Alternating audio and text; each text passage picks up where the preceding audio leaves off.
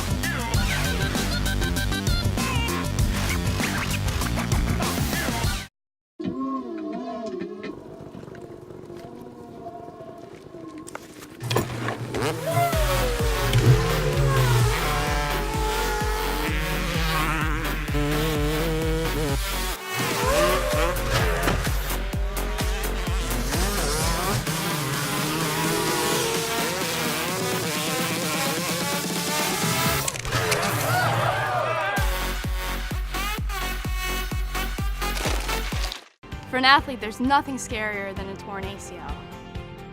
Athletes trust us with their care and their careers because we're a recognized leader in sports medicine. Get back to your active life sooner with MedStar Sports Medicine.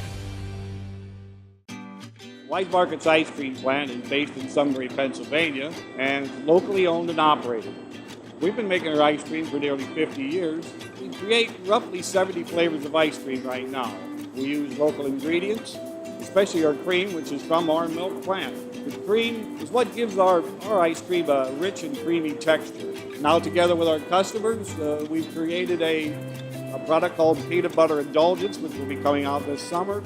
It's a peanut butter ice cream with sea salt caramel swirl, chocolate-covered pretzel. How can you go wrong with that? Personally, I love our ice cream.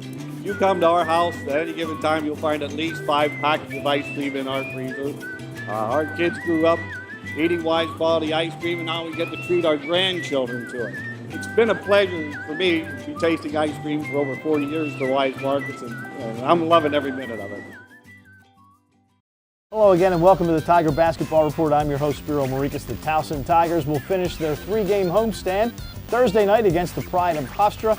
It is First Responder Appreciation Night, and as always, I'm joined by the head coach of the Tigers, Pat Skerry. And Coach, this will be a rematch of a game that took place up in Long Island a couple of weeks ago with you guys winning 86-80, a game much like the William and Mary game that we just saw this past Saturday where you were down most of the ball game but were able to come back and win at the end. Yeah, we were fortunate up there. Hofstra's extremely well coached by Joe Mahalik. What he's done with that program and kind of rescuing it from some tough times a few years ago has been remarkable. They're explosive, talented, confident. They've just won 2 in a row. They're really, really hard to guard. Justin Wright Foreman, I think that guy scores when he wakes up. He falls out of bed and he scores. Bernardi, prolific three-point shooter. The Powers kid is really, really good. Had a great year for them at the point, scoring, taking care of the ball. And Pemberton is as talented as a freshman as they're in the league. The guy can really, really score the ball, drive it, shoot it. So that you got tough matchups at the perimeter. And then Gustis has been hurt the last couple of games. We're expecting him to be back, and he's the best rebounder in the country. So, transition defense, guarding the ball, guarding the three-point shot, they present a lot of problems for our defense. Now, you mentioned that they've won their last couple of ball games, and Saturday, their win over Drexel was much like your win over William and Mary. They were down the whole game and then won it in the end. So they're obviously going to be coming in with confidence. And I remember after you guys beat Hofstra, Joe Mahalik being quoted in the New York papers the next day, and he's like, you guys don't see it. I think at the time they were 1-6 in the conference. He goes, you guys don't see it. He says, but we're really close to being able to win a lot of ball games. So they've got the confidence, and now they've got the wins that kind of, that's a good combination there. Well, it's a tough one for us to play against. We have great respect for Hofstra. We know they're talented, and we know they're well coached, and we know it's going to be a hard-fought game. Most of our games at Hofstra have been. So we're going to have to be really good defensively.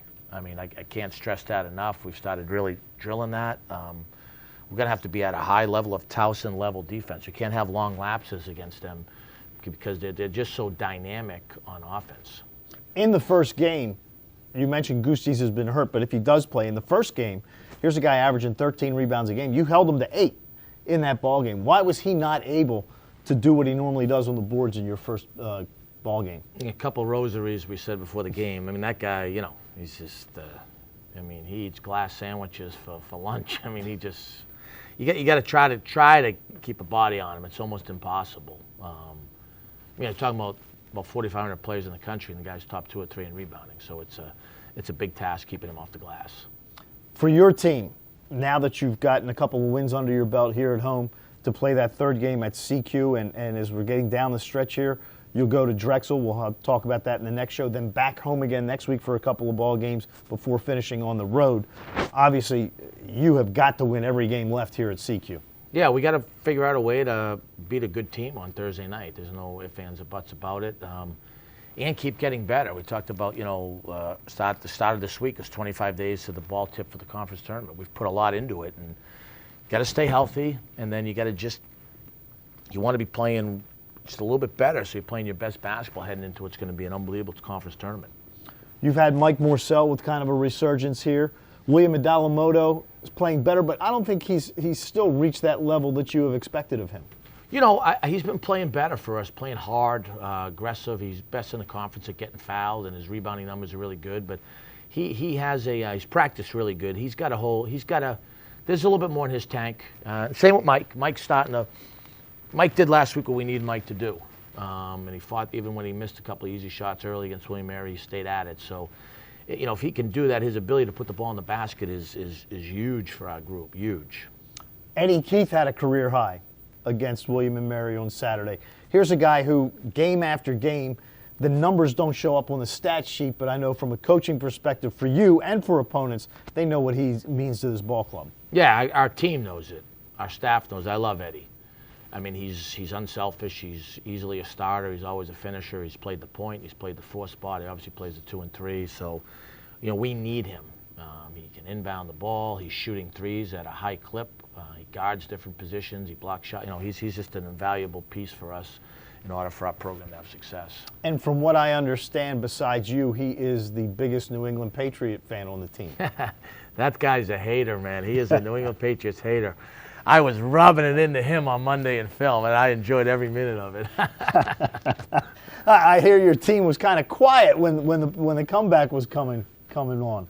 Yeah, they were like killing me during the game, Spiro, and then with text messages. Then afterwards, I told them it's crickets, nothing but crickets out there. A happy night in the Skerry household, huh? Oh, it sure was. There's no question. The Tigers and the Pride will tip off at 7 o'clock inside CQ Arena. I'll have the call on TowsonTigers.com and 104.9 HFS. And that will do it for us on this episode of the Tiger Basketball Report. Join us next time when we will preview the Tigers game against the Dragons of Drexel. For head coach Pat Skerry, I'm Spiro Morekas. Thanks for joining us, and as always, go Tigers.